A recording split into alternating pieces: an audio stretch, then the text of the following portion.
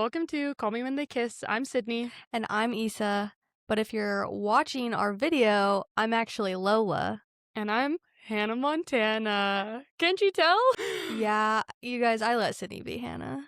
Yeah. We were Thank fighting you. over it. Yeah. I needed to be the center of attention. I'm the star. No. So yeah, today we're talking about Hannah Montana, the movie, and the last song in honor of the 20th anniversary of Hannah Montana, which I was actually thinking about it. Maybe we should have waited. Well, we're together in person for the first time in like 2 months, so we wanted to record an episode together in person, but the anniversary special doesn't come out till like Monday. So I realized like maybe we should have recorded this episode after the special so we could actually talk about the special. Yeah, no, that's a good point. That's a really but it's good okay. point. We'll share our thoughts on. I actually am gonna watch it. Like, I'm kind of curious. Yeah. So we'll share our thoughts on it in next week's episode. Sorry, I know I'm getting ahead of myself and I haven't done like my intro spiel. That's okay. But like, while we're on the topic of the anniversary, I was surprised to see that Billy Ray Cyrus is joining. Yeah. Because I thought that even said like Miley and him have been estranged. Yeah. So there's been a lot of drama between him and Noah and their mom. Like they were very much like picking sides, and it's been messy for a while. So I was really surprised to see he'd be there. I'm already okay. We're like 2 minutes in, and since we haven't done this in person together, I'm not used to like looking at you. I'm used to looking at you on my computer. We can still look forward because I'm gonna be honest. I'm afraid to turn my head towards you because this wig, it looks a little bit ridiculous from behind. So I'm kind of like trying to look I know because I saw you looking at the screen and I was like, Sydney, I'm over here. No, I'm just scared to turn my head. I keep trying to look over with my eyes. We can look at the screen. Fine. We're talking to you guys today. Fine.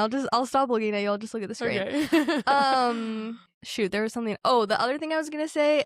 Well, Sydney got us these wigs, but I came from out of town, obviously, and I forgot that she like bought us these wigs, so I didn't pack like a Lola inspired outfit. Yeah. Like our outfits don't really fit the vibe, but we committed to the wigs. Yeah, I was gonna try to like find some t-shirts, but this was like a work trip for Issa. Like she's been here since Wednesday night, but she was at work till 9 p.m. on Thursday and on Friday. So we stayed up till 1:30 yesterday watching the last song. And then we woke up at 7 a.m. this morning to watch Hannah Montana. Yeah. So what do you feel like? Do you feel like it was worth it? Yeah. Losing sleep over those two movies? I mean, I always, it's fun to record in person whenever we can. Yeah. It's just we always seem to pick like double feature movies. Yeah, like episodes like with the worst timing. It's like all of a sudden we've got to like try to watch as many movies as we can, and we're always busy, but it's okay. We're here. Well, okay, before we dive too far in, let's go over some housekeeping items. If this is your first time listening, every Friday, Sydney and I discuss a different romance movie or sometimes a romance series. And the last Monday of the month, we do a bonus episode where we talk about a romance book. So our bonus episode comes out on Monday. Monday the 30th. We will be reviewing Vision in White by Nora Roberts. And it's our first time. Nora Roberts is a really famous and prolific romance author, but neither of us have ever read anything by her before, so yeah. You're almost done. Yeah, I have like 2 hours left. I'm only a few chapters in, but by the time you hear this on Friday, honestly, you'd probably still have time to read it. It's a pretty quick one. Yeah, we're both listening to it. And how fast are you listening to it? 1.5. 1.5 is my normal speed. Also, next Friday, we are going to be reviewing Love Story, the series on Hulu about Carolyn Bassett and JFK Jr. So you still have some time to catch up on that show if you haven't been watching it. I think we'll have a lot of interesting things to talk about with that one because it's like a true story. Yeah, I watched just the first episode yesterday, and I'm already like, I spent the next hour after that reading everything I could about both Carolyn and JFK Jr. So it sounds really interesting, and I'm I don't know how to feel about it so far of like, oh my gosh, I love this, you know? Yeah. But like, I'm definitely intrigued and like want to figure out how they tell the story, so. Well, it's funny that you spent an hour Googling stuff because I started the first episode and I got 5 minutes in. But when something's based on a true story, I actually prefer to know what actually happened before I watch like a dramatized version of it. So I got 5 minutes into the first episode, then stopped it, and then went down like a Wikipedia rabbit hole. Yeah. I was kind of distracted. I was like, while I was watching it, I was like stopping and looking things up a lot. Yeah. Yeah. Well, speaking of TV and things based on real life and drama, you want to follow up on our Secret Lives of Mormon Wives? Since we talked about it last week, we felt like we needed to follow up since so much. Well, and we said this in last week's episode. We were like, by the time this episode comes out, we know we'll have way more information and a lot of other stuff will probably have happened. And we were right. When did everything hit the fan? Thursday? Or was it on Friday when we were... When did they It was on Friday that they canceled No, it? I think it was... Because Friday was just yesterday. Oh, you're right. Thursday. I think it was Thursday. Yeah. And our episode went out on Friday. Yeah. But yeah, The Bachelorette has officially been canceled, which is 100% the right choice. And I'm surprised. I'm like really shocked that they made the right choice and canceled it. Yeah, the whole situation is really sad and upsetting, and I hope that all three of Taylor, Frankie, Paul's kids are okay. Personally, I do not think Ever is any better off with Dakota having full custody, but I understand why he was granted full custody for the time being. But yeah, I hope they're all okay. They just need to be taken out completely, and both of them need to get help, and yeah. You know, it's interesting about, like you said, like, oh, you were surprised ABC, like, did the right thing. But at the end of the day, like, I don't think they would have if it hadn't have got the public backlash. Like, obviously Disney knows what's going on. They, like, these reports are from 2023. The new reports have been, since the end of February? Yeah. Like, they can pretend like they don't know, and, like, I read something about their reaction to it where they purposely try to, like, not know so that they could have, plausible deniability. I guess. But Disney, at its core and its brand, is still, like, the family-friendly, like, family-first, more conservative version of, like, the other channels, you know? And so I think they did it because they felt like they had no other choice, because they know what kind of backlash, like, that would get for their brand. I guess, but like let's keep this energy. Yeah. Next time a man does something like this, like, they did the right thing, and I hope Taylor is also fired from Secret Lives of Mormon Wives. Yeah. She needs to be off reality. They should have done it sooner, in my opinion. Yeah. But, like, she probably shouldn't have been cast as a Bachelorette in the first place if they actually, like, care about any of this stuff. Yeah. But, I was seeing, like, all these lists of, like, men who have been accused of the same things, and, like, and it was separated into categories like NFL players, NBA players, musicians, actors, reality TV stars. Yeah.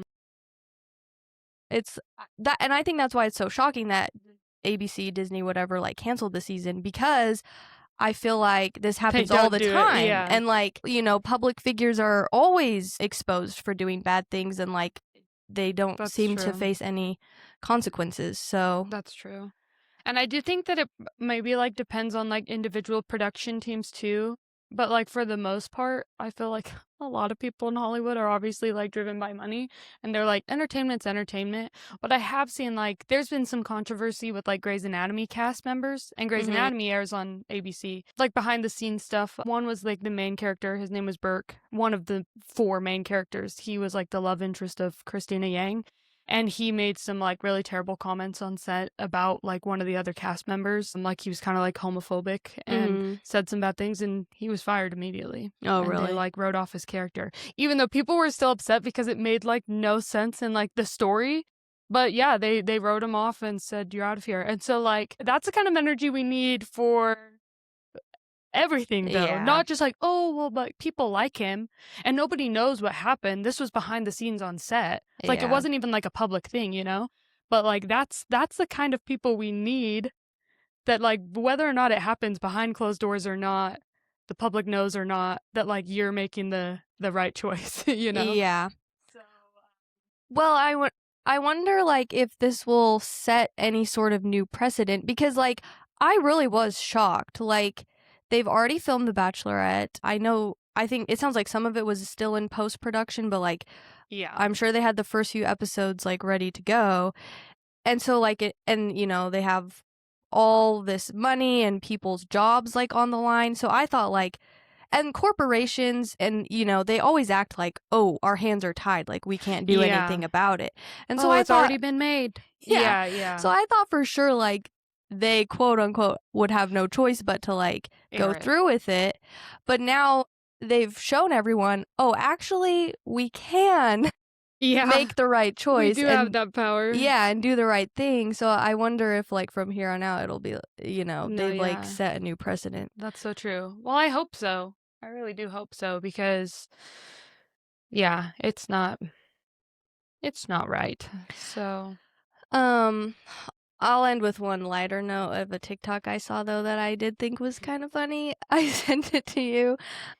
It was this guy adding Taylor Frankie Paul's season of The Bachelorette to a list of like lost media. Yeah, like top 10, like most important yeah, lost media, and it was like on there with like the Dead Sea Scrolls. Yeah, lost texts from the Bible. And yeah. I thought that was kind of funny. In conclusion, I'm really curious to see what happens with the whole Bachelor franchise, because they were already failing before this. Yeah. And then also what's in store for Secret Lives of Mormon Wives. Yeah. Cindy and I were speculating that it might last 1 or 2 more seasons to show us the fallout of this. I was starting to see some like speculations and rumors of people like, oh, maybe like Jessie stays in Salt Lake so that she can run her business and she joins Real Housewives. Oh. And then they said like Michaela or Layla or whoever like moves to LA and joins like the new cast there and just like take it out of Utah. Isn't Michaela from California? I don't know. I think she might be. Maybe I'm making a lot of stuff Utah up. Mormons are from California. So possibly. But yeah, so people are kind of trying to speculate and see, where they can go with this, but we'll see. Yeah. I don't think it was a bad concept of The Bachelor, like, to take in Taylor Frankie Paul, like, who was already this big name that people wanted to see and, like, had the attention. Like, the concept in general wasn't a bad idea. They just took a major gamble on somebody that, like, they already knew her history when she was cast, And, yeah, obviously they lost that gamble. But I think I'd still be interested in watching, like, celebrities on a dating show. I don't feel like we've ever seen a celebrity on a dating show. Yeah. If you want to call her a celebrity. Well, okay. This is not really a good example, but, like, one season of Love Island UK, they had, like, a famous UK reality star go into the villa. And it was really funny because, like, everybody hated him. But that's, like, the closest thing I can think of. Like, another reality star joining a dating show. Yeah.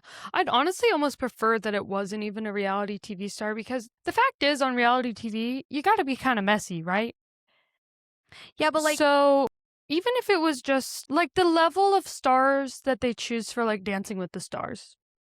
B-list, reality TV... C-list celebrities, TikTok stars, like, I'd be okay with any of them, Yeah, okay. I could maybe get behind that. Because I've heard people say, like, oh, Khloe Kardashian should be the Bachelorette. And I'm like, what? That doesn't make any sense. Yeah. Like, I wouldn't really like to see people like that. They can't be too big, yeah. But, like, Dancing with the Stars, it's almost turned into a dating show. Yeah. So... obviously, a lot of people that go on that show are looking for someone. So I'm trying to think who from the last season. I would like to see as the Bachelorette. Oh. Alex Earl. Well, she did break up with her boyfriend, right? Yeah.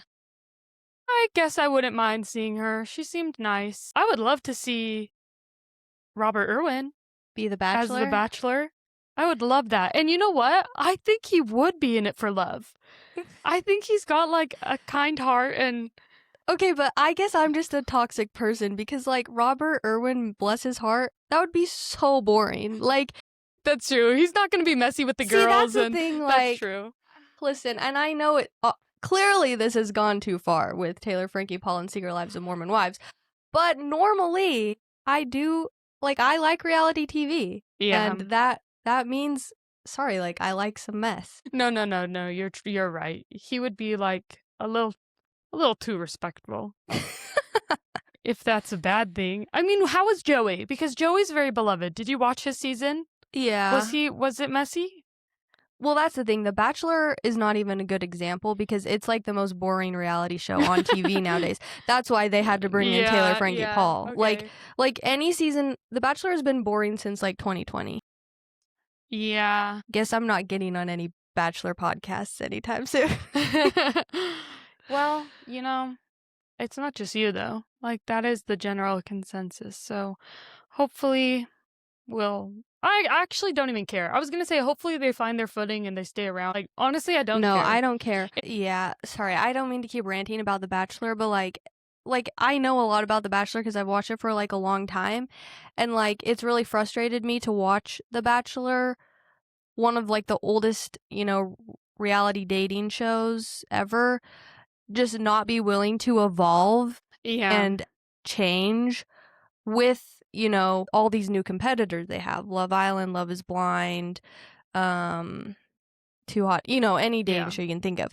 So really I'm like, this is on you guys. Like, you've had so much time to evolve and you haven't. Do you feel like they like haven't had as much, because like I was saying, like ABC still is like, oh, we're family friendly. Oh, we're a little bit more toned down, and like those dating shows you just listed off, I don't know if this is like offensive, but like they're kind of trashy. Yeah. And so like, do you think that they're like, oh, we're the more like refined? Well, obviously they think that because that's why people were like saying that like this is you have to be righteous to hold this position. But like, do you think that that's kind of held them back? Like, I do think because they still air on like network television, they don't go straight to streaming. So I do think that has been an issue. But you don't have to be like, it could still be TV appropriate and still be more interesting. That's true. And they're bad at casting, and they always, find themselves, they like clearly don't do good enough background checks on people or don't care until now. So like, I don't know. They're always getting themselves into hot water. That's why like I don't really watch a lot of dating shows because I'm never gonna want one of the girls to end up with the type of guys that is cast on something like that, Like, I'm never gonna be rooting for any of those men, and I more so want to go and grab the girl and like shake her and tell her like, get out of here. Yeah. Like, you deserve better than this. And like, I know it's all fake and they don't really care, and even the girls, they're probably all there for the wrong reasons, so it doesn't really matter that much. But it's just like really hard for me to root or like get behind watching men that are just so clearly tools and like love themselves so much.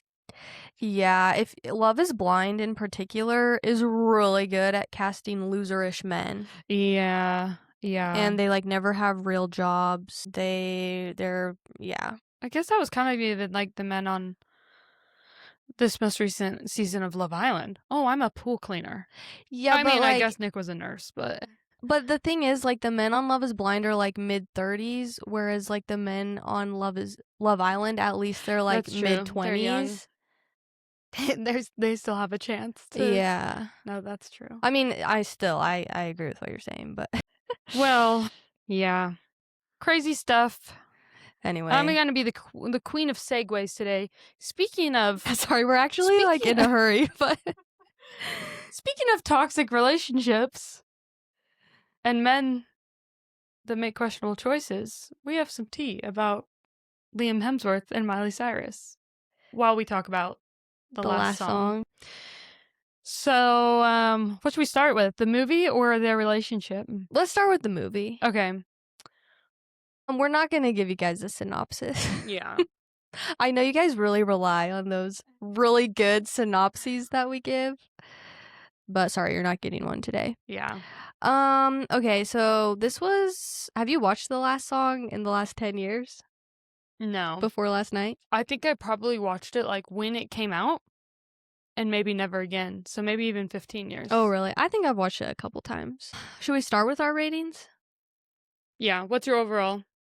My overall, maybe like a 2.5. Yeah. I was going to say the same. And then I was worried that would sound really mean. But then I was like, I gave Far and Away a 3. Yeah. And it's way above the last song. So, yeah. 2.5 if I'm being honest with myself. But like from a nostalgia standpoint, probably like a 3 or 3.5. Yeah. Well, because like you have rewatched it. And like when I rate a movie 2.5, like I'm not going to want to rewatch that. But there's one thing of like, this is like an actual technical score. Like, no, it's technically not a great movie. It would be a 2.5 or a 2 even, you know? But sometimes you can really enjoy bad movies. Yeah. Especially like I do like Miley Cyrus. I mean, we did make fun of her throughout the whole entire movie, but now, I mean, well, I was a fan of her as a teenager, and now, you know, I like, every time I see an interview with her, she seems cool, and I like her. Yeah, I still root for her. Yeah. Liam Hemsworth. I mean, and it's just the history of the movie, like the fact that they went on to date for 10 years, that adds to my interest in it as well. Yeah. Yeah, because they met on set, right? Uh-huh. And Miley was 16 and he was 18 or 19. Yeah. So they were like first loves. They meet in this movie and they were first loves, and I guess they've really struggled to move on. But Issa has some I read the whole timeline. It took me, it was long. Okay, but let's finish our rating. So what'd you give it overall? Maybe a 2.5. The chemistry, I think they had good, I mean, they got married at some point. Yeah. I think I would give the chemistry like a 4. Yeah. Miley was like a little bit too like giggly, like, oh my gosh. Yeah, you know, that's true. like, but so I think that like Liam carried their chemistry a little bit more, like, because their first kiss, I mean, and we'll get to kiss next, but her first kiss was a good kiss. Yeah. But like it was Liam that was like putting in the work, and I was like, I even turned to Issa and was like, he looks like he's a good kisser. Yeah. So yeah, like the physical chemistry felt like it was more coming from him, but you could tell immediately that Miley was like very infatuated by him. Mm-hmm. So she plays this like bratty teenager, you know, who's cranky and depressed. And then as soon as she started dating Liam in the movie, Will, she did get very giggly. Like she turned into Hannah Montana, basically. It literally goes like this. Dad, I don't want to be here. I hate my life. I hate you. I don't want to be here. And then she starts dating Liam and she's like, give your best fake laugh. I can't even do it. Her laughs felt so fake. Well, yeah, because it's like at the end she talks in this high-pitched baby voice. Yeah. Like her voice literally changed. Yeah. Well, it's like at the end of the Hannah Montana intro, Best of Both Worlds. Yeah, when she's like, ah ha ha ha ha. That's like what all her laughs were like in the movie. Okay, but we'll come back to Miley in a minute because I want to keep talking about our thoughts on her acting and stuff. Mm-hmm. But yeah, okay, kiss. That kiss was like 5 out of 5. Yeah.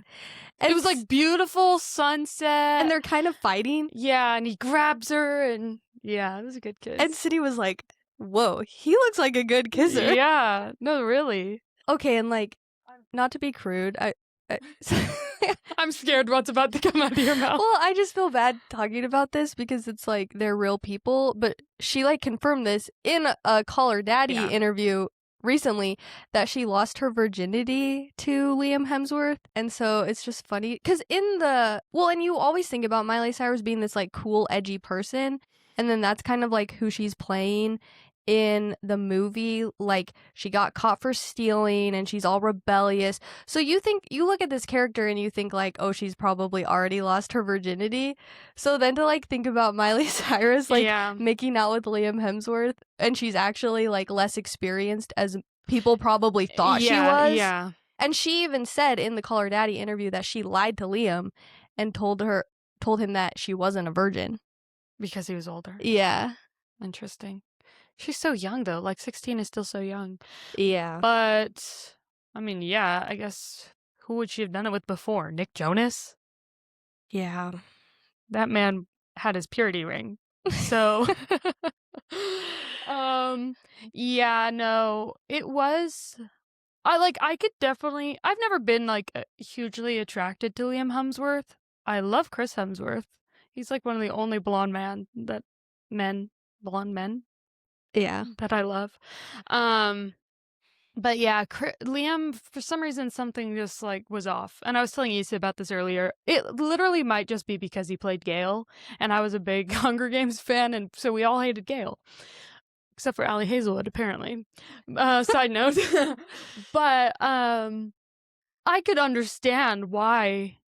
I mean, you're 16 years old. Here's this hot Australian 18-year-old who's like 6'2" and ripped, and he kisses you. Also, he looks way older than 18, actually. Like, he looks like a man at 18 years old. Well, that's why, like, it actually, like, I said, like, oh, wow, he looks like he's a good kisser. And then I was, like, caught myself. I was like, he's 18. Why am I saying that? Like, and not that that's, like, I mean, he's an adult, whatever. And I'm not saying I want to kiss him, but, like, it's just weird to watch it and then, like, click in my head, he's like a little kid. Yeah. But, yeah, I could totally see why they had this messy relationship for a decade, because it was her first love, their first like real strong relationship.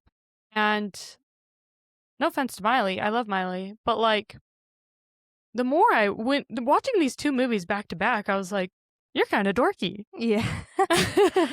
Yeah. And so like she probably felt like, I mean, even with her fame and the popularity she had, like, I could still imagine her feeling like she hit the jackpot with this hot foreign dude, you know? Yeah. Well, and we talked about that last night too. Like, yeah, I think there's a lot of reasons why their relationship dragged on for so long, and it seems like it was relatively toxic. And I agree with what you're saying. Like, even though she was more famous than him at the time, like, and still is, she may have felt like she hit the jackpot, and vice versa. Like, I wonder how much he like kept coming back to her because like it benefited his career. Mm-hmm. Well, and that's why like one of their, sorry, we're kind of jumping topics here from the movie to their relationship, but like one of their first major breakups was like around the time of her VMAs performance. Mm-hmm. And he said it was mortifying, and there was other stuff happening at that time, like he was accused of cheating on her or vice versa. I don't know. But like, it is interesting that like when the public turned on her for that performance, like he immediately was like, okay, I'm done. Like, he didn't like stand by her. That's true. Despite the public's perception of her. You know what I'm saying? Yeah. And it's like, if he really loved her, like, it's not like that behavior came out of nowhere for Miley, you know? Like, if they were dating and had this intimate relationship for, what year was that, 2013? Yeah, I think so. So they'd been together for 3+ years, you know? So it's either like, you either know her and you love her, or like, did that shock you and you were embarrassed by her, you know? Like, it definitely does just kind of lead you to question, like, what was his motive? And I'm a girl, so like, I understand this girl mindset of like kind of latching on to one guy, you know? But I don't really like, it's hard for me to picture it from his perspective of like, did he really love her and that's why he kept going back, even if he was like embarrassed of her? Like, I don't know. It's just hard for me to wrap my head around. Yeah. And like, I think he did. I mean, I don't think it would have gone on Yeah, this is that a long long time. if he didn't. And then, like, as I was reading the timeline, Miley has gone through a lot of phases or eras, should I say. And, like, I didn't even realize how many eras she went through that he was dating her. Yeah. And, like, some weird ones, too. Yeah. And so, yeah, like, even though he, like, it kind of seems like one of their breakups was related to the VMA's performance. It seems like from there on out, it wasn't none of their other breakups were necessarily related to how the public felt about her. Well, I guess that would be hard. I mean, like, they were both young. And when you're dating somebody young and they're changing and evolving, like, that's fair for him to be like, Yeah. oh, I don't really like this version of you anymore. And maybe that's controversial to say because people think like, oh, you should be able to grow and change and like your spouse is just like, or your partner is just like committed to that. But like, I think it's fair with friends or relationships or family members even, like if the change is, if this person is no longer recognizable to you and not the person that you fell in love with, like, I think that's fair if you want to take a step back, you know? Yeah. But also, I could see it from his perspective of like, but when she was 16 and I was 18, like, I loved that version of Miley. And maybe he thought that, like, eventually she would come back around to, like, the version of her that he loved. Mm-hmm. Yeah. Well, and it's when they started dating, so, like, the last song came out. No, the Hannah Montana movie came out. The last song came out. But then she still had 2 more seasons of Hannah Montana to film.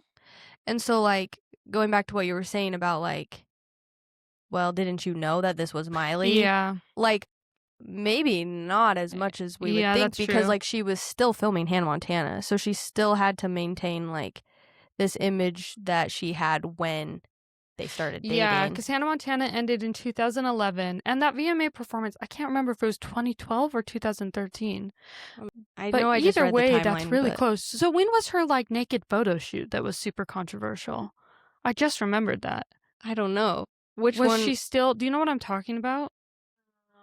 It's like ringing a bell, but the VMA performance was 2013. Oh my gosh, was it really just 2008? That is kind of crazy. How old was she?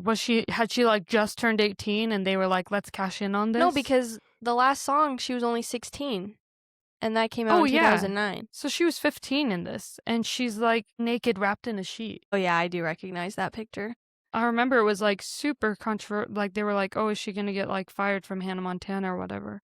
That's really crazy. I actually have a lot of sympathy towards child stars. Like Miley Cyrus gets a lot of hate. Justin Bieber gets a lot of hate.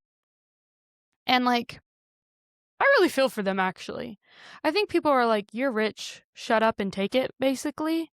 And like, I think it would be incredibly hard. I mean, growing up was incredibly hard, period, without having the pressure of all these people and people trying to exploit you and all of these things, you know? Like, I don't blame her for kind of having a crash out moment or like having this rough discovery phase of trying to figure out like who she is and what she wants out of life. Like, she was so young. Yeah. Do you know how old she was when she auditioned for Hannah Montana? How old? Do you know? 11. Oh, wow, that's crazy. So, well, it's also funny that everyone freaked out over the VMA's performance. I guess I'm just, like, so desensitized to the world. Because, like, looking back on it, it's like, okay. Like, yeah. Remember when WAP was viral in 2020? Yeah. Like, I don't know. I feel like the world has changed a lot in the past decade. No, that's true.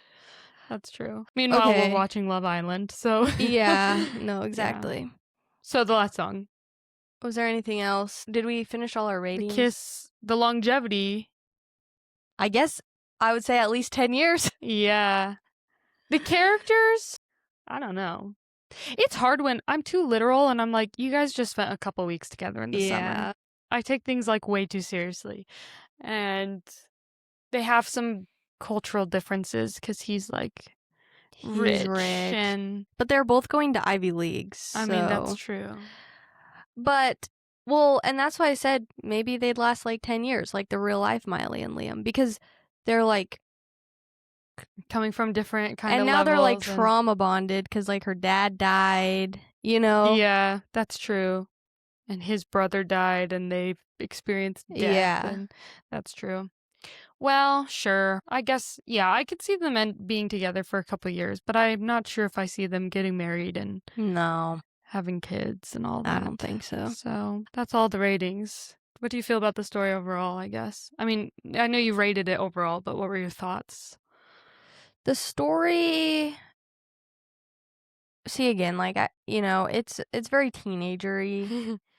I remember really liking it as a teenager. That's the only Nicholas Sparks book I've ever read because I liked the movie as a teenager. I was reading quotes about Nicholas Sparks and like reviews of the movie, and it said that all of Nicholas Sparks' books and stories are like emotionally manipulative. Yeah, I could see that. But it worked. The manipulation worked on me. Like, I still kind of got choked up last night when like the dad dies and the little brothers like really. So what, were they using that as a critique? Like, people only think they're good because they make you cry? Yeah. Because they pull out your emotions? Yeah. People were accusing Hamnet of that. Oh, really? Yeah, which I disagree. But I could understand, like... I don't even get... Okay, confession. I don't even really know what that means. Like, it's a sad story, Isn't that just so you're being... Yeah, like, what part of it is manipulation? Yeah, it's kind of like when people were like... Somebody was accusing an author of, like... Oh, it was The Summer I Turned Pretty. Oh, she's just sabotaging Jeremiah because she doesn't want us to root for Jeremiah. The author is. The author is sabotaging Jeremiah. I'm like, no, that's just literally like the point of the story. Yeah. She was never going to end up with Jeremiah. So some people are kind of weird, but I could understand it from a certain point if it's like you don't have to be a good storyteller as long as you can make them cry. Is that what they mean? Or okay, I looked it up. So this is going to give us some examples. What are some of the most emotionally manipulative films you've ever seen? By this, I mean films that tell you to feel emotions in the scenes rather than letting you feel them naturally and done effectively. For me, these are among some of the worst types of movies, in my opinion, because it makes the experience quite disingenuous and disrespects the emotional intelligence of the audience. But what does it mean it tells you to cry? Like, I'm still not wrapping my head around, like, the difference. What were the movies that he listed? Someone said Marley and Me. But I still don't get it. Yeah. Let's see. Most of these I haven't heard of. Perks of Being a Wallflower? Isn't that one about, like, abuse? Yeah. Someone said, my pet peeve is women and children placed in a war zone/battle site to raise stakes and make us root for the protagonist when there's no reason for said women and children to be there. Recent example, Wonder Woman. They find a mother and daughter in the trenches. Did they come from the east? If so, how and why would they have crossed no man's land? Did they come anyway? Okay, so forced unnatural techniques like excessive sentimental music or contrived tearjerker scenes to compel viewers to feel emotions.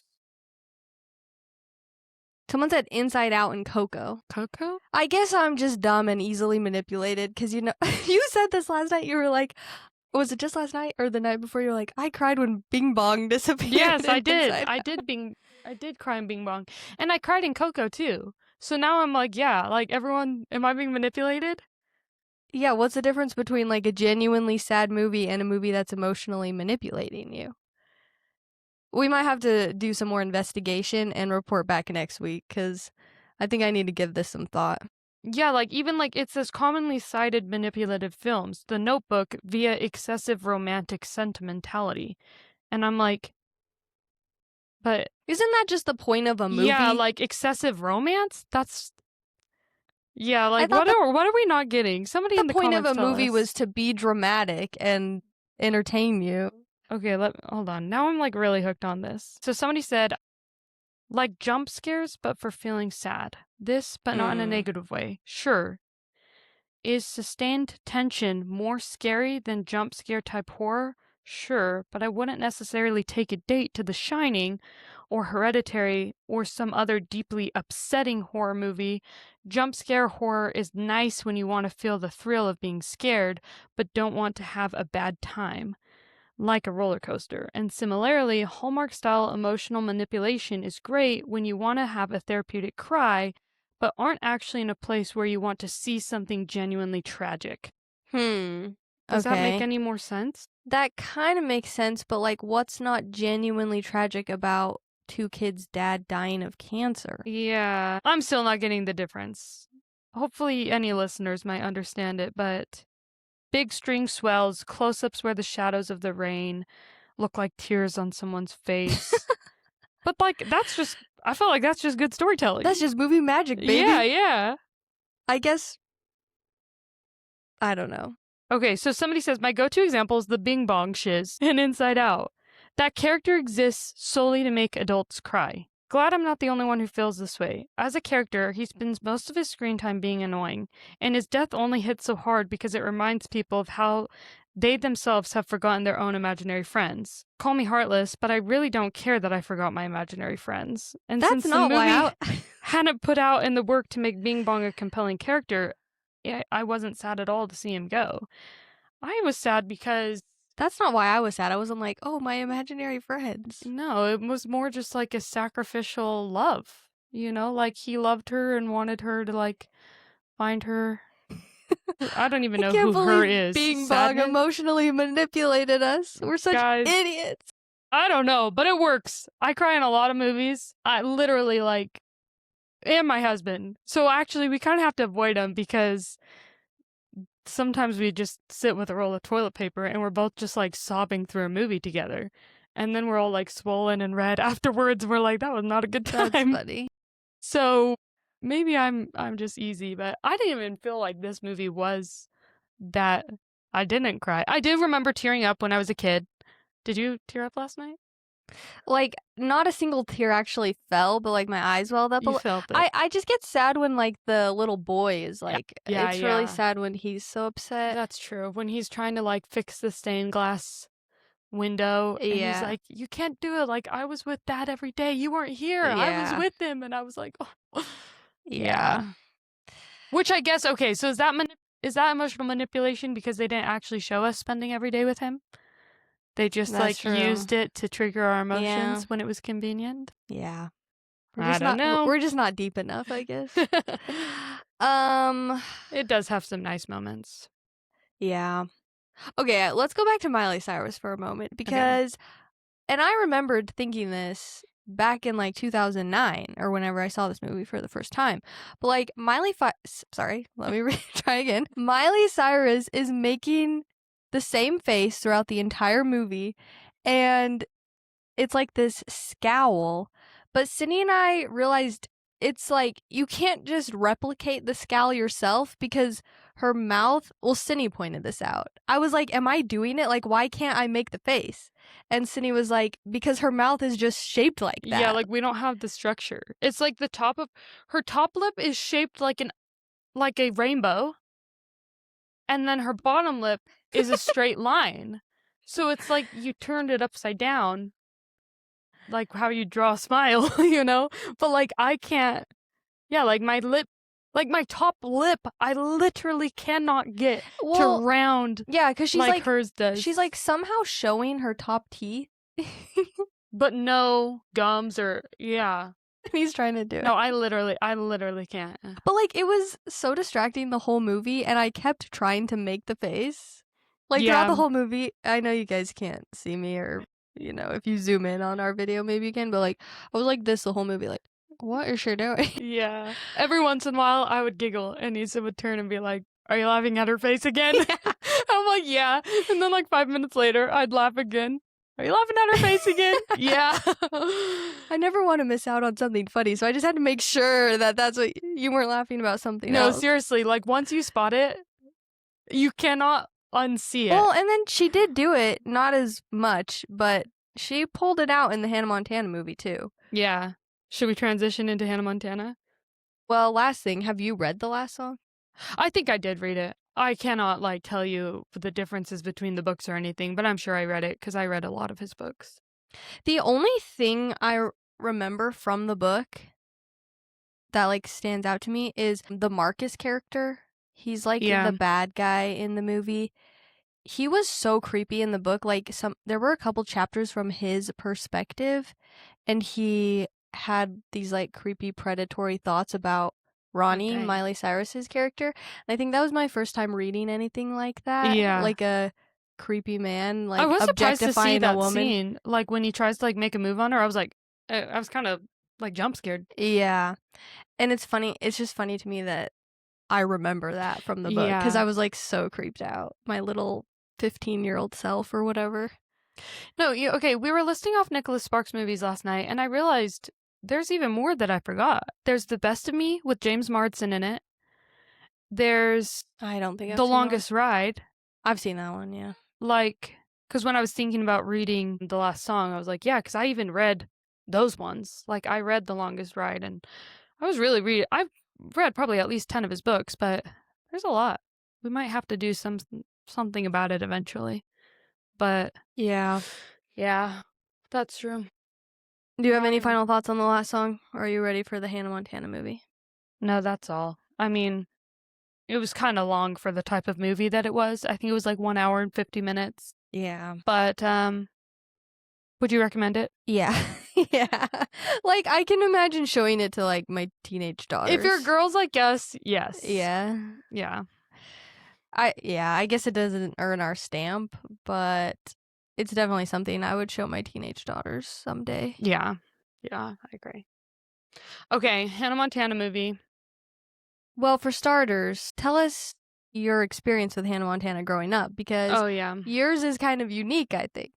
Yeah, I was telling Issa about this, but I didn't have like the Disney Channel growing up, but I remember like loving Hannah Montana. I had the CD. I sang it in my talent show. Like, not the show. Yeah, like the singer, Hannah Montana. Yeah. Like, I had her album and I listened to it and was like, I love Hannah Montana, the singer, but I only saw the show when I was like at my grandparents' house for a weekend in Oregon or something. And so, yeah, like I feel this attachment towards her songs, but not towards like the character or the show, if that makes sense. So, I think I've only probably seen this movie once too. I don't think I ever went back and rewatched it. It's been a while since I've seen it, for sure. But okay, I kind of want to start with this Mount Rushmore thing. Okay. Or should we save it? No, we're talking about the impact of Hannah Montana. So Raven Simone, who was That's So Raven, if you don't know, she was talking on her podcast about this, like, if there was a Mount Rushmore of Disney Channel, who would be on it? And I think it started because, like, Miley had said something about, like, her being on it. And Raven was like, sorry, Miley, but no, that would be me, Hilary Duff, and Shia LaBeouf. And I disagree. So I was looking up some fun facts, like, when we were preparing for this, and I actually didn't understand the impact of Hannah Montana because I didn't grow up with it. But okay, this is a list of like the most viewed episodes, not the shows. For some reason, this was the quickest thing I could find. But one of Hannah Montana's episodes broke that record. It's the most viewed Disney Channel teen sitcom episode with 10 million viewers in August 2007. That's crazy. Is it the one where she picks Jake or Jesse? I actually don't know. 2007 was pretty early. It doesn't say what episode it is? Well, okay, I guess I'll get down to the list, and I can see. It also holds the record for the Disney Channel original series with most episodes on this list. Episodes received 10.7 million viewers, 8 million, and multiple over 7.6 million. So, like, millions and millions of people were streaming into Hannah Montana. So sometimes I'm like, dang, I really missed out on something big culturally. But I disagree with Raven because I was a big Lizzie McGuire person, though. And don't ask me how, because I think I literally owned the DVDs of, like, the Lizzie McGuire series. So when she said Hilary Duff, I was like, oh, yeah, I agree. I love Hilary Duff. I kind of agree about Raven being on there, too, actually. Yes. But, like, thinking back on it, I'm like, That's So Stevens and Lizzie McGuire. What's I say? You combine That's So Raven and Even Stevens. Even Stevens and Lizzie McGuire just did not have the impact that Hannah Montana did. And, I mean, I'll give them props for this. Lizzie McGuire did help pave the way for Hannah Montana, because it said that like Cheetah Girls and the Lizzie McGuire movie, and High School Musical, those had all came out previously and showed like really big success with this blend of the teen culture and music. And so that's what led them to like make Hannah Montana. So I'll give her credit for that. She's a trailblazer.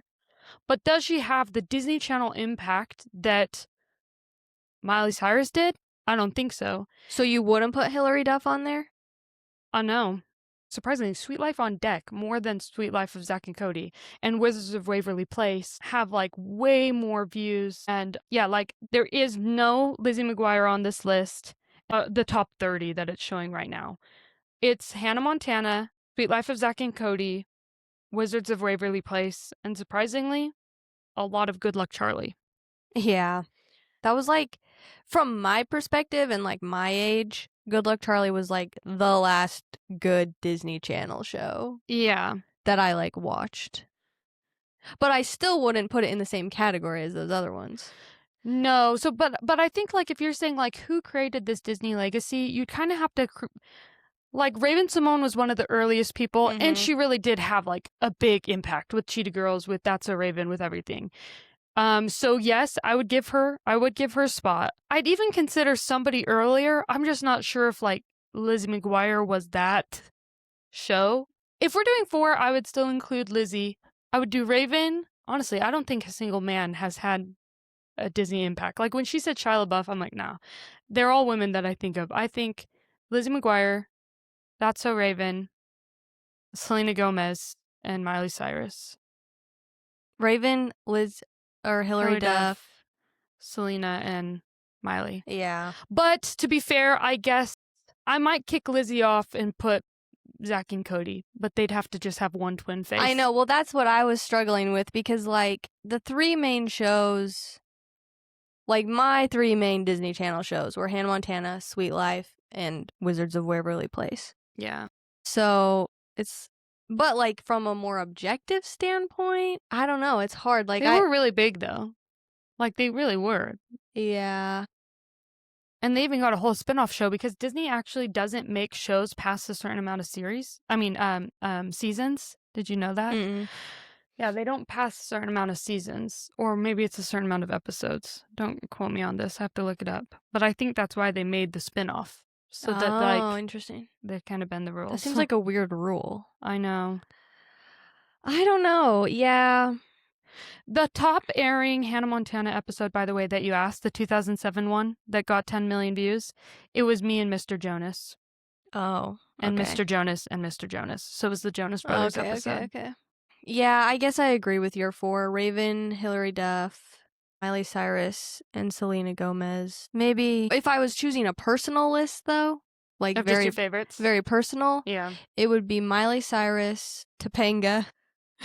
I forgot. Yeah. Raven would still be on there, because That's So Raven is like the first Disney Channel show I really watched, and maybe like Zac Efron for High School Musical. Because High School Musical was a big deal to me. Yeah, we were like really sticking on like shows. I wasn't even thinking of like the Disney Channel original movies. And really, High School Musical did like change the game too. Yeah. So that's a good point. That is. Yeah, Disney has a 65 episode rule from 1998 to 2004. But then it kind of shifted. Because Hannah Montana had way more than 65 episodes, I thought. Yeah, so it's just after 2004. It said that it caused early endings for hits like Lizzie McGuire, because that was before that. I mean, I think it ran. Why did they even like make that a rule? Well, they still have the rule, but it later evolved into a 3-season limit to manage rising production costs, union salary requirements. That's They're weird. just trying to get around it. So Lizzie McGuire and Even Stevens, even though they were really popular and had high ratings, they were terminated at the 65 episode mark. That seems like a really dumb rule. And then later, when they made it, it was around 3 seasons / 100 episodes. And so That's So Raven closed at around 100 episodes. But, yeah, so unfortunate. Lizzie McGuire might have went on to like, if it had been given more time, maybe it would have been like even bigger. But Okay, so your thoughts on the movie? It was cute. Miley Cyrus, yeah, like, I'm not surprised that she didn't really keep acting. Yeah. I wonder, like, how much being on a Disney Channel show and doing, like, Disney Channel level acting actually kind of impedes someone's, like, acting career. Because most Disney stars, they don't go on to keep acting. They go on to, like, try to have a music career, right? I guess Zendaya has stuck more to acting. But to be honest, I don't think she's, like, that... Like, I like Zendaya. Yeah. But I'm not like, oh my gosh, she's, like, such a good actress. I need to watch more with her because I don't even think that's a hot take. Like, I see a lot of people say that, but I think the only thing I've seen her in is Spider-Man. And I don't think she's... That's the one specifically that I was thinking of where I don't think she's, like, that good. I don't like it. But I haven't seen Euphoria. I think...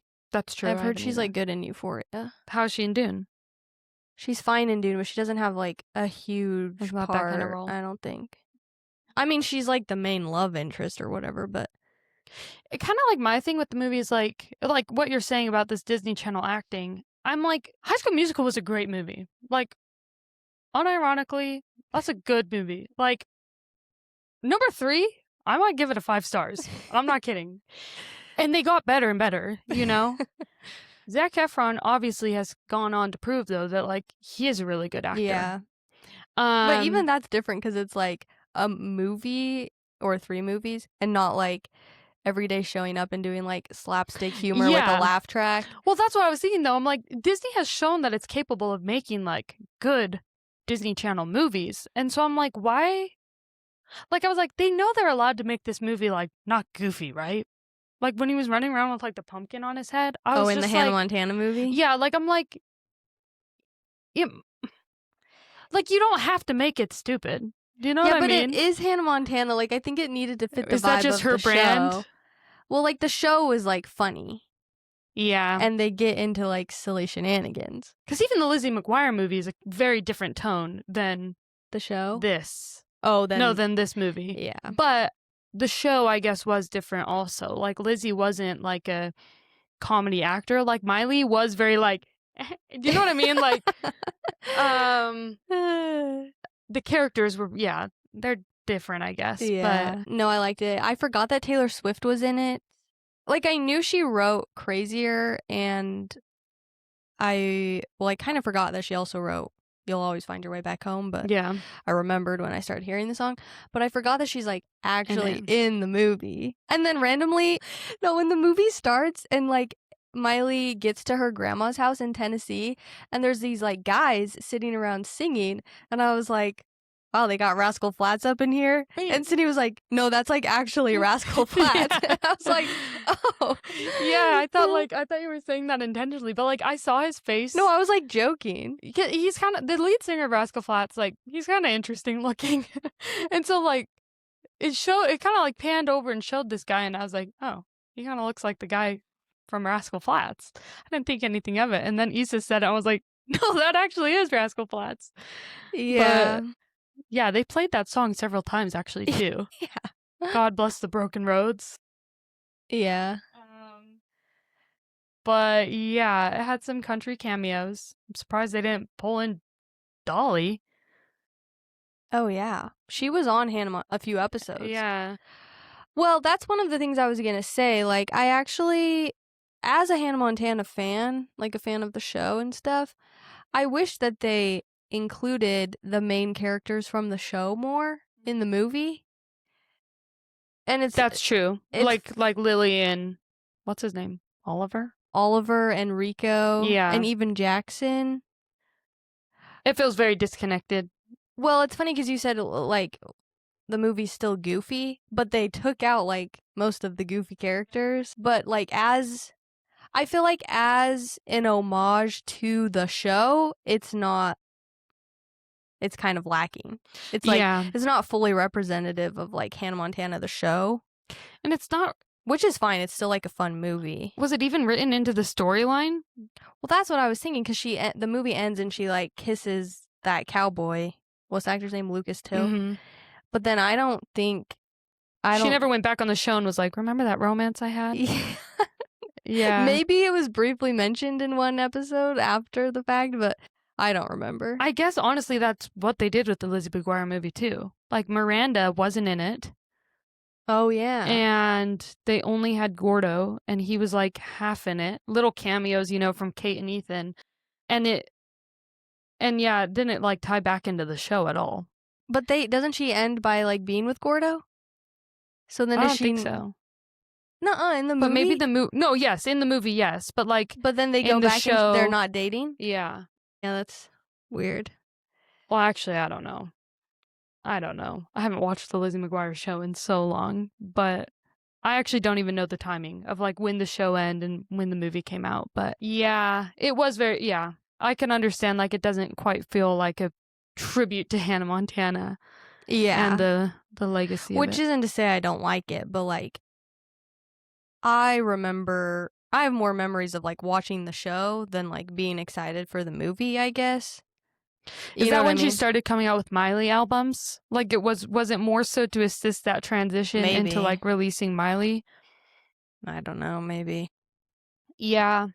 It was fine. I mean, I don't feel like I was like, oh my gosh, like, I want this romance. Which, like, yeah, it's a teen movie, but I have felt that way in teen movies before, like, where I'm, like, really rooting for the couple. Well, but I think it's a cute sentiment that, like, he likes Miley for Miley. He wasn't interested in Hannah. He wanted her, and, like, And I guess the romance isn't, like, the main storyline of the movie. It was more like about coming to age. Yeah, her journey. Yeah. And I think it's crazy. The least believable thing, even less believable than, this teenager living a double life as a pop star, is the fact that she came out to her whole entire hometown as Hannah Montana and nobody leaked it. Yeah. Yeah. They kept her. We'll keep your secret, Hannah. I guess maybe they didn't have, they had cell phones. Yeah. They're not that. But TikTok wasn't a thing. I don't know. No, I actually kept thinking, like, for a small town, they sure do have a lot of people and a lot of young people that love Hannah Montana. Yeah. Like, it's like this whole concert, and they're apparently every person in that town is under the age of 16 and loves Hannah Montana. Yeah.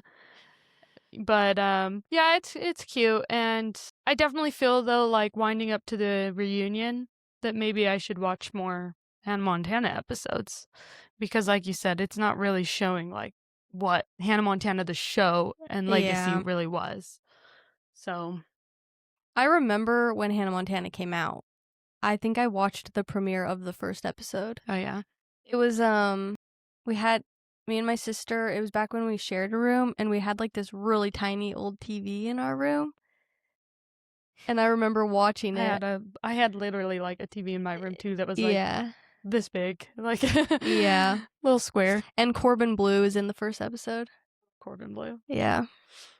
Yeah, that's true. When she's putting ketchup on her hands. Yeah. I have seen that one. Yeah. No, I have seen a handful of episodes. Like, and I had friends that, watched it, and I'd go over there. I remember seeing the one that she's trying to choose between Jake and Jesse. I think. That was number 5, by the way. Oh, okay. Top number 5 of all Disney Channel episodes. That's crazy. It had 8 million views. But yeah, who were you? Jesse or Jake? I honestly don't remember feeling that strongly one way or another. I like Jake. The blonde one? No. Jake Ryan. Is he the blonde one? I thought Jake Ryan was the you're blonde right, one. you're right. Yes, Jesse. You liked Jesse. I think Jesse's cuter, but I think that's all I cared about. Yeah. I don't remember feeling I'm guessing Jake. Is that who she ends up picking? We're fake fans. Does Hannah choose Jake or Jesse? Jake. Yeah. Oh, but then she discovers Jake cheats on her. I wouldn't want to go back to a girl that chose another guy over me and only came back because he cheated on her. Yeah. I don't remember all that. To be honest, like, I didn't watch a lot of the, like, final episodes. Yeah. Towards the end. I watched the episode that had David Archuleta. Oh, yeah, I remember that one. Yeah. So I appreciate what Hannah has done. So we've got like 5 minutes since you were supposed to leave 30 minutes ago. Oh, it's okay. But should we? I feel like we barely even like actually talked about the Hannah Montana movie. Should we do our ratings at least? 2. 2 for the movie overall. Is that what you're saying? Yeah. Did you enjoy... Lower than the last song. Yeah, that's what I was just thinking about. Like, which one did I enjoy more? The Hannah Montana movie has a higher Rotten Tomatoes score. Yeah, last song on Rotten Tomatoes was what, 21? 22%. And Hannah Montana is like 43%. It's kind of, I guess, like you were saying, you have to view it in the context of what kind of film is this trying to be and meant to be, you know? As a Disney Channel movie, it does pretty well. And it was never trying to be a blockbuster summer release type movie, you know, in theaters. It wasn't supposed to appeal to a broader audience, where last song I feel like was, and maybe wouldn't have done as good of a job with its audience. Do you know what I mean? Like with who it was intended for. But yeah, I guess maybe they're both 2.5. Yeah, that's what I was thinking. I think I'd give it a 2.5. I don't think I enjoyed one more than the other. The romance is so boring, I almost don't even feel like rating it. Yeah, they do kiss, but like, it's all like whatever. One. They're kids. Yeah. Very innocent, going on a date. And I will say it was really frustrating watching it as an adult when she, you know, Miley's supposed to go on a date with, I forgot the character's name, the cowboy, Travis. So Miley was supposed to go on a date with Travis, but Hannah was supposed to be at a fancy dinner with the mayor. And so there's this like really long drawn out scene where she's like, or, you know, series of scenes where she's like going back and forth between the dinner with the mayor and her date with Travis and taking her wig off and changing her outfit, blah, blah. It's like, oh my gosh. Why did you not just tell him, yeah, I can go to dinner at 8 after your 6 p.m. dinner with the mayor? Or like, hey, can we make it lunch? Yeah. It was so annoying. That's true. Those are things that like only a kid could like watch and like not see. And be like, oh my gosh. This is so silly. Yeah. Yeah, that's valid. I think one of my biggest things was like when her dad was literally just like at the very beginning, he's like, "You're done with this. You're done with Hannah." That was crazy. I was like, "What? Isn't that how he makes money?" Yeah. Like, what do you mean? Like, I just thought like it's just like crazier than I thought. So you're done. She probably had so many obligations, you know, pop star obligations. Yeah. Like brand deals and shows and people working for her, and so for him to just be like, okay, we're done being Hannah Montana. Well, and like, it's interesting because you said like that some of these key iconic characters in Hannah Montana were missing, but they add in like weird characters that never, like, did she have a publicist in the show? Did that woman stick around?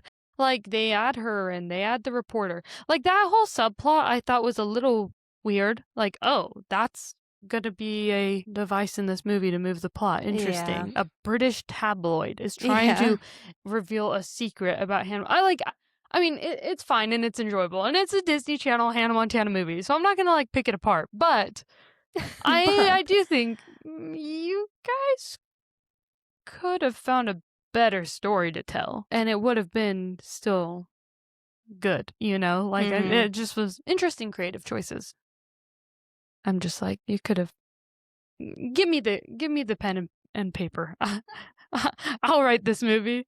The other funny thing is, like, she gets to Tennessee, and for some reason, I remember feeling like she had to stay in Tennessee forever. Like, her dad really trapped her in Tennessee. She was only there for 2 weeks. I'm like, you can't handle a 2-week break? Yeah. That's like nothing. Well, and it makes the romance even more like 2 weeks. I mean, they were childhood friends, whatever. But do they last? No. Kiss, 1. Chemistry, 1. Longevity, no. We never hear about him ever again. Okay. You have some fun facts for us? I do. Okay, let me try to phrase this as trivia. What 2000s pop star was also tested for this title role? She is also an actress and was on a couple iconic movies, one of which was about a mermaid. That's all the hints I can give you. Was it JoJo? Yeah, JoJo. I like JoJo a lot. Yeah. I don't remember her acting enough to like only thing I've seen her in is Aquamarine. I saw her in like RV. Oh, I have seen that actually. I think she could have done it though. I think it would have been different though. Like I think that like the character kind of evolved around Miley and who obviously her name is Miley. But like it kind of became a role for Miley and Miley only. Right. So I think the show would have ended up very different, but okay. Any guess why Mitchell Musso has that ugly haircut the whole show? There's a reason. I have no idea. I thought it was just the trend. To hide well, because Zach and Cody kind of had that haircut for a while. I mean, that's true. And Rico had the haircut, but his was even worse. Yeah. It was to hide his earrings. Oh. Despite the fact that he could have just taken them off. That's literally what it says. Okay.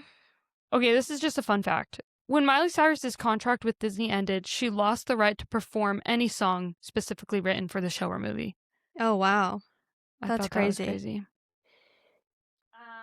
So is she not singing any Hannah Montana songs for like the anniversary special? Well, maybe she is, but she might have to like actually get like permission to do it. Here's the last little trivia I'll do. Somebody else was actually offered the role. She ended up turning it down.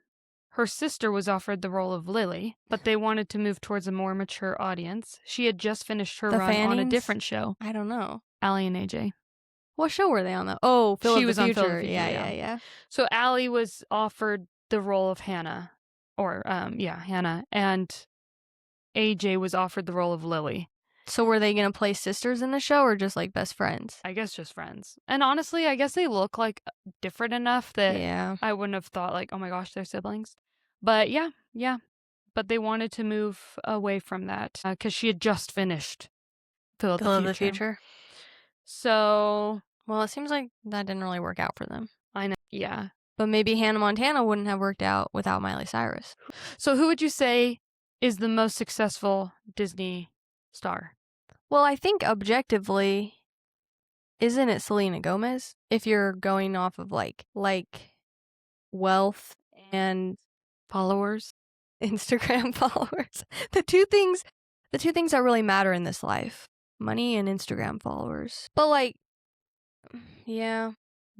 Who's the most well known around the world? Yeah, maybe Selena Gomez. Who would you say is the most, like, the actual most talented or most star and, like, most received? The biggest star, I would say Miley, I think. Even though, like, her music career, I mean, I know she just won a Grammy. Well, that was, like, 3 years ago now at this point. But, like, I don't feel like her music career has really been that good. But I guess way better than any other Disney star. Yeah.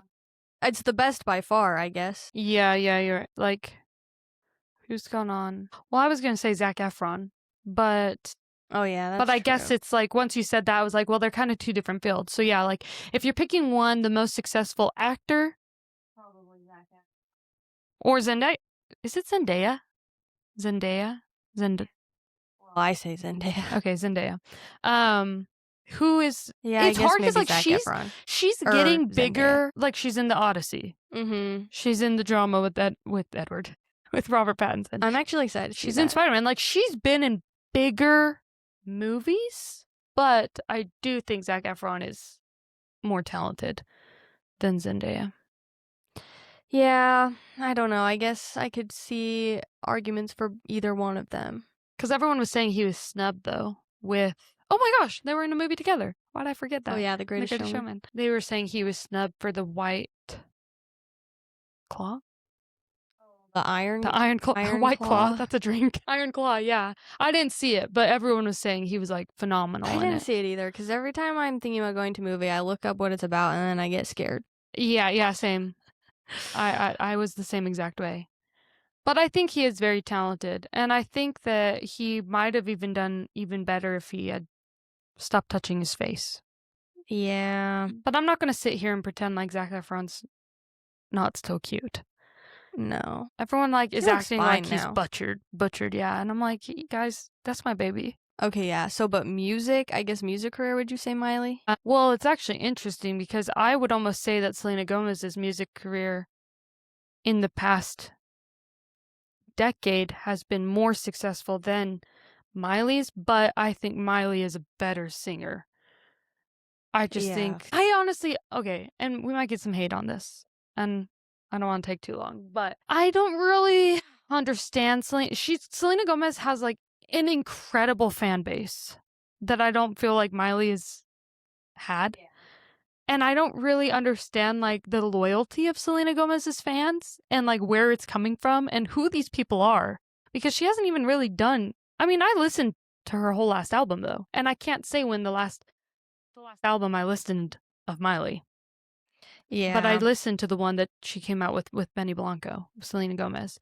And I watched Only Murders in the Building. Like, I have seen and consumed more of Selena Gomez's work in the 2020s. You watched what? Only Murders in the Building? Yeah. See, I watched season 1 of that, and I didn't really enjoy Selena in it. Oh, no, I don't like her character, but, like, I watched it, and I listened to... I did like her last album, actually. I just don't... I think I only like it because they edit her voice, though. I don't think Selena is a very strong singer. Maybe her music career has been more success. Yeah, maybe you're right. I think I'm, like, biased because I like Miley better than Selena. Yeah. Yeah, she unfortunately comes across, like, kind of unlikable. Yeah, and her husband is even more unlikable. I know. But it seems like, she has been through a lot. Yeah, so... we don't... I don't even want to get into, like, the Justin Bieber of it all. Yeah. And Hailey Baldwin and stuff. Who's been the most level-headed? Last question. Who has made it out of Disney the least damaged? Zendaya. Oh, yeah. For sure. I keep forgetting about her. Because, like, I don't even see her as a Disney star, because I never watched Shake It Up. Yeah. It came out a little bit too late for me. I watched some of it. It was goofy. And they really thought Bella Thorne was going to be the star. So, yeah. Well, I'm excited for the reunion.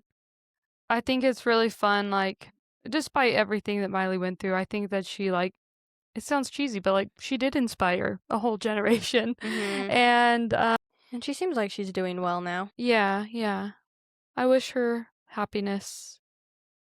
I know she still thinks about Liam Hemsworth. I know she's engaged. Oh, yeah. I mean, how could you not if you spend 10 years of your life with... Like, really formative years of your life. Yeah, your youth. And yeah, well, I wish her the best. I wish him... I don't really care about him. I really don't. I try, but I just don't care. All right. Well, we'll see you guys next week for... Well, first we'll see you guys on Monday for Vision in White by Nora Roberts. And then next Friday will be Love Story, which you can watch on Hulu. Feels like it's such a drastic change from Hannah Montana to this serious adult show. So, we'll see which one we had more fun with. Yeah. All right, bye. Bye.